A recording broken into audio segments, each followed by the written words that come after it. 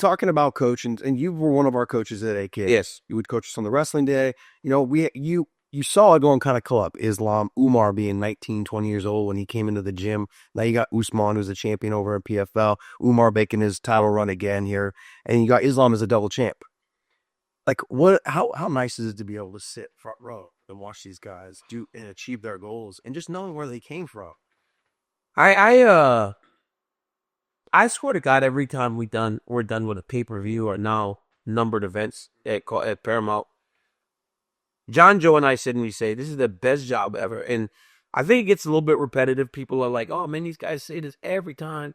But it's the God honest truth. Yeah. Because, Josh, I watched you and Gilbert Melendez fight that third fight. And we were so close to winning the trilogy and feeling that greatness that in the third round and the fourth round, and we're 2-2 going into the fifth, I can feel the greatness because I knew how important it was to not only you, but to our entire team, right? I get to watch and experience that every down. Yeah. I get to watch people chase absolute greatness every time I sit next to an octagon. And to watch some guys that started out humble, didn't have, dude, Khabib didn't have much. Like, Khabib deserves more credit for what he did for that team in that area than he even gets. I know people hold him on high, but I don't even think they give him enough credit for what he means to that region of fighting. Because I remember when he used to go to New Jersey, and then he started talking to King Mo. King Mo was the one that got him to come out to California. Muslim, some interaction. I got this young guy named Khabib. Khabib comes, doesn't have money. He's wearing like polo shirts to practice. Yeah, I know. Buying up a Richard TJ Maxx and Berg the co-packer. Yeah. But it's like he's staying at the Extended Stay America up the street from AKA and just walking to practice. But he's just locked in and he's learning every day and he's picking your brain. And then as soon as you're done with him, you're like, I got to go shower, man. He walks over to me or he walks over to Kate. And then he walks over to Luke and Fitch. And so he just was constantly picking up information. Every chance he could, he was just learning and learning and learning. And his dad had given him so much ability. He would take that back to his dad, take that back to Russia, and then next you come Islam Mamedov and Islam Makhachev. Come together. Now you three up. And he's like, this is great.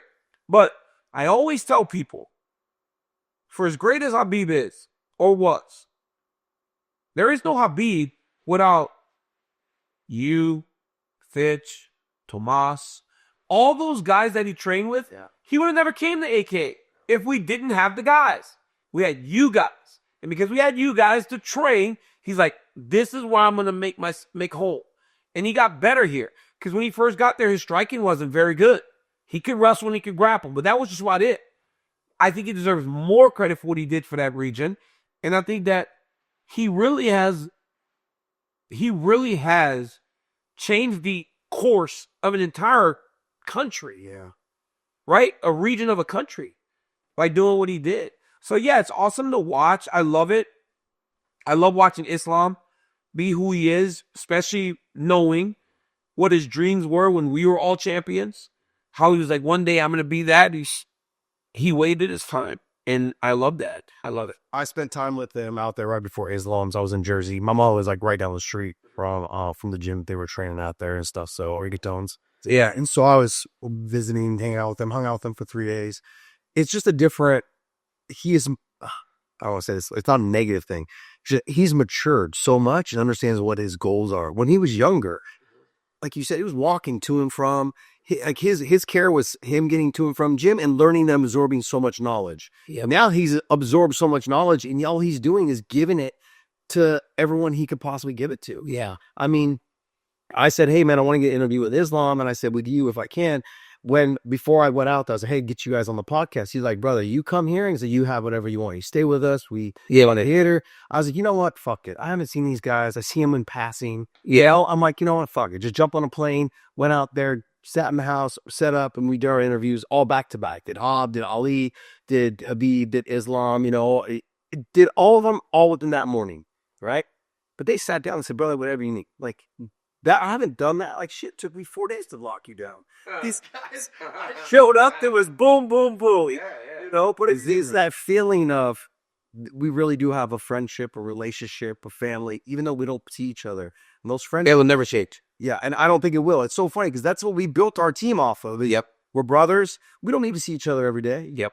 You know, but when we do see each other, like when I came in, it was, hey man, I came bearing gifts. Yeah. You know, Coffee. You know, but I don't really like, and that's the thing, right? Like, I don't really do many interviews, yeah. right? But if you call me, it's like anytime. Like, come to my house. Let's do it. Reality is this. When what we had, I don't think will ever be replicated again in the sport of mixed martial arts. I believe that there are great teams right now. I don't know that any team will ever get to where we were. It's that family. ATT kind of has it. Kill Clip does not have it. Kill Clip's a great gym, great coaches, but they're individual. There's managers. They all have their own manager. They all train together, and they pretty much are all kind of looking to fight each other. At ATT, they try to avoid fighting each other, and that little thing is kind of starting to pass a little bit. But their team is locked in. You got Mike Brown that runs that. Yeah, he's got a really good unit of guys there. Or I still don't know, Josh, because here's the deal. You, Luke, me, Kane, Fitch, Swick, King's Boot, Koss, Trevor, all built from the very start in AKA. Khabib came as a wrestler. Khabib from 13 when he got there to where he retired, inside of AKA. Dude, nobody was coming over as a developed guy. We were all in-house, home-built family. Like, bro, it's just different. People always ask me. I was with Zuba last week. Oh, yeah. Zuba was in Thailand. Because everybody's coaching guys now. Yeah. And we were talking. And you know, it's the same question that always comes up.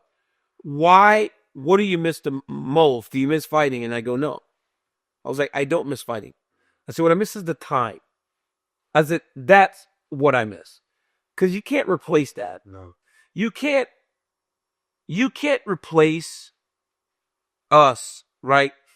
Josh, if I close my eyes, I can remember us on Hillsdale, and that every day when you wrapped hands, you sat on the ring. Yeah. You literally sat on the ring every day to wrap your hand. Every day. Say what? It's like that's the stuff I miss. I miss that last wall at AKA where we would all sit after practice. And it might be 30 minutes before one guy kind of gets up and then goes to the shower. Yeah. That's what I miss. I don't miss fighting. I don't need to make the walk. I miss the process. I miss the brotherhood, the friendships. I was telling the Zoo, I go, man, you didn't come till 15. Khabib came in 13. I said, but I feel like I've known you guys my whole life. It's crazy, right? It was only 5 to 7 years. You and I trained together consistently from 2009 till 19, 20? Yeah, 18, something like 18, you were kind of retired. 20 was not retired. You were coming in the gym some, but like 11 years. And I feel like I've known you every day of my life. It's just, that's what matters. Because once you sweat with someone, once you've worked towards a common goal in that way, it's hard to ever forget that. Well, I would agree with you 100% on that because it's like I do miss that. I miss those moments of showing up to the gym. We're all sore. We're all like, oh, I'm not feeling it today. We get warmed up. We start play kicking a little bit. Yep. And then it turns into a fight.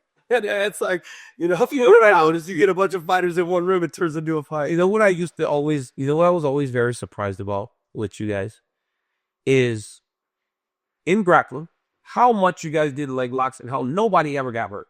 Yeah. That's crazy. Because now when I watch MMA, in practice, guys don't really do it because they're hurting each other. You guys would always roll to leg lock to reverse the position, but never hurt each other. No. It's crazy. I only attacked leg locks to get myself to the top position. Bro, but you guys would do it constantly. Like in practice now, guys aren't doing leg locks.